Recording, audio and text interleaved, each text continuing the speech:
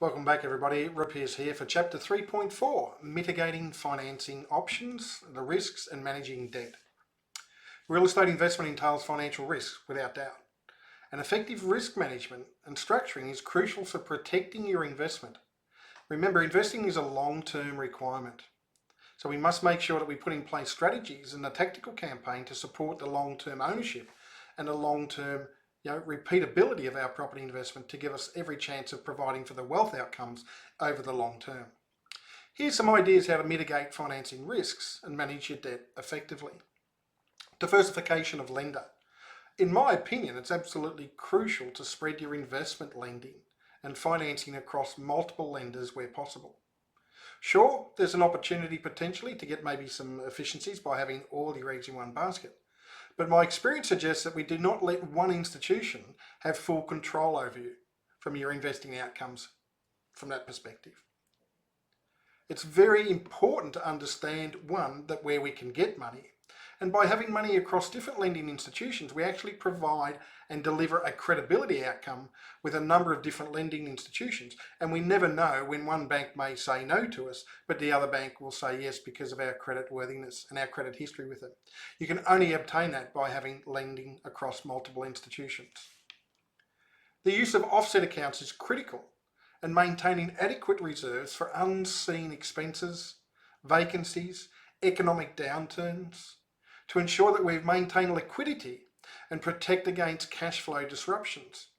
An offset account will do just that.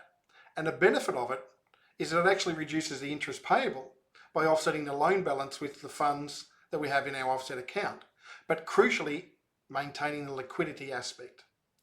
A very important consideration for investor, because it's the liquidity and accessibility to funds that's going to allow us to maintain the ownership of that property over the long term and help us with the peaks and troughs of the operational expense of that investment.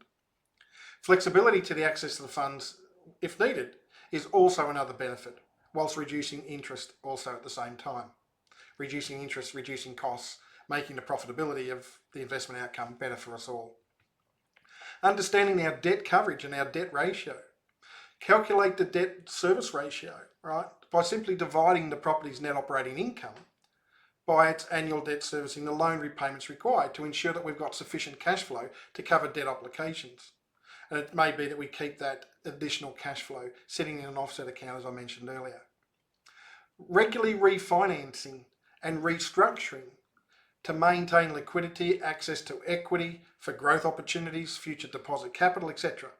And also monitoring interest rate trends and market conditions to explore opportunities to save costs. Refinance existing debts. It's very, very easy to refinance today. It's very easy to put pressure on an institution to say, hey, here is a potential lender that may want to be able to grab your investment money or provide your investment money for your investing activities. But simply restructuring the loans and renegotiating on a timely period. Refinancing to longer terms. Yes, over the long term, a longer term with the same interest will potentially cost you more. But it could be that you use a refinancing over a longer term as a short-term strategic measure that allows you to be more efficient and make more money in the short term. It's just an option. Loan product structuring. Considering fixed and variable. The repayment types, interest only, principal and interest, where possible. Principal interest means we pay the debt down. Or a combination of both that suits your investment strategy at this moment in time, but what you require today could be very different into the future. So you've always got to be considering what the loan structuring is today, what the opportunities are to change that loan structuring into the future. Loan terms can play a critical role. Interest-only periods too will assist to manage debt. Prepayment of interest is an available strategy via some lenders. It provides some peace of mind so the payments are being completed for that period, usually that fiscal period, and taxation effectiveness. Right? But it is a means that allows you to continue with your investment, to making sure that you keep ownership of that investment for that long-term period. Do not cross-securitize your properties.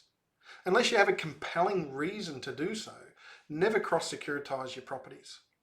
Crossing the properties, which is absolutely rampant by the banks, opens the investor to potential threats of litigation if there's a problem with the investment property, It can affect an investor's ability to extract capital. One property could go up in value, one property could go down in value. It can reduce the nimbleness of an investor and cause the investor to miss opportunities because their capital is tied up. They might want to sell one property quickly, but they can't because they've got two properties crossed. So consider cross-securitization and really seek your advice of your advisor to make sure that you don't get yourself into that potential situation. By carefully structuring your property investment loans, and with these types of strategies, you can effectively manage debt and minimise risks within your financing options, optimise cash flow, and enhance the overall returns in your investment portfolio, which is something that the investor is always seeking to do. Thanks very much. I'm Rod Pearce. We'll see you in the next chapter. Bye for now.